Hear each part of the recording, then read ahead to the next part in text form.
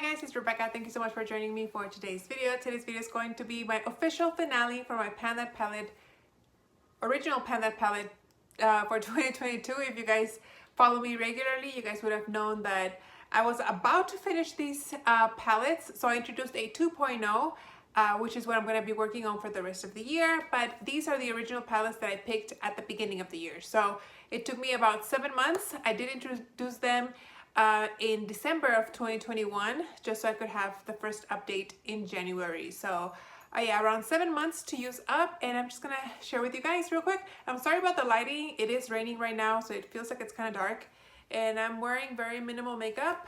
It's been a busy and rough past couple of weeks for me, so I hope you guys are okay with that. Anyway, if you guys don't already know, I was planning 2 palettes. One was an eyeshadow palette from the Sephora collection. It's called the Pro Lesson palette. And the other one was an Urban Decay face palette. This is a Naked Skin Shapeshifter palette in the light to medium skin tone. So I'm going to start with the eyeshadow. I feel like I always started with the face palettes. But if you guys didn't know, last update, I did have to repress, or I decided to repress the last 2 shades that were in here onto a quad that I am using, and you guys would have seen it on Instagram to see what it looked like.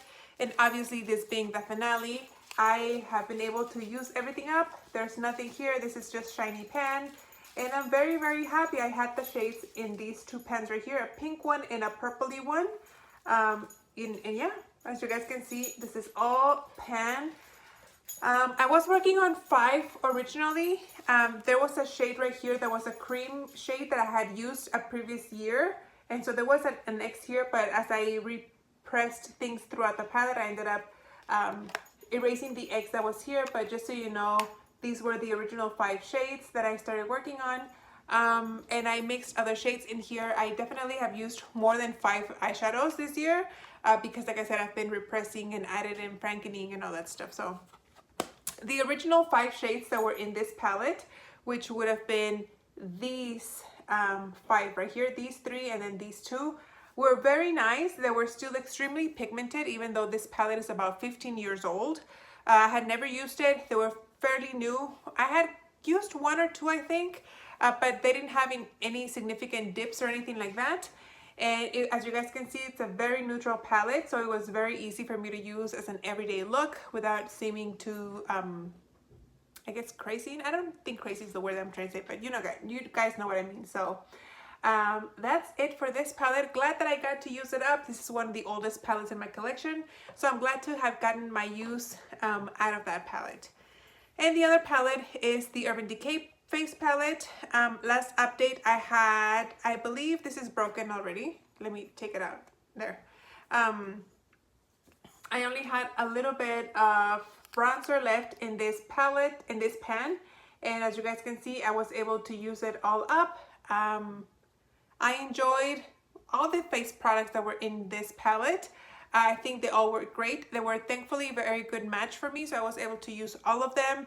I didn't have to find another use for them in order for me to get use out of them. I just used them as is. The bronzers as bronzers, the highlighter as a highlighter, and there was a face powder, like a skin toned powder that I was able to use all throughout the face. But yeah, this half is finished. You do get a mirror in the middle, and then the other side was a cream product side, and this was already empty since last update. I did have, was it empty? No, I don't think it was empty. I think I had the cream bronzer like around the edges here, I think. Yes, I did. So I was able to obviously use that up. And then I had a highlighter and then 3 different kind of color correcting / concealer products. And I was able to use all of them. I really enjoyed the cream bronzer that was in here. But as I said in my other video, I was using this plus a bronzer, so I felt like it was a really high maintenance bronzing routine that I had. But hey, I got it done. I just didn't want to wait all year to use that up, to use this bronzer. Like, I didn't want to wait till I finished using the powder bronzers here to get started on this one, because I was afraid I wasn't going to finish it by the end of the year. So If I had just started it after I used these cream products, these powder bronzers, I don't think I would have been able to use this in the last, I'd be cutting it close maybe. I don't know, but I'm glad that I used it up. And yeah, I got really good use out of these products from this Urban Decay palette. So that's it, guys. I'm not gonna be adding another face palette or anything in my as part of my 2.0.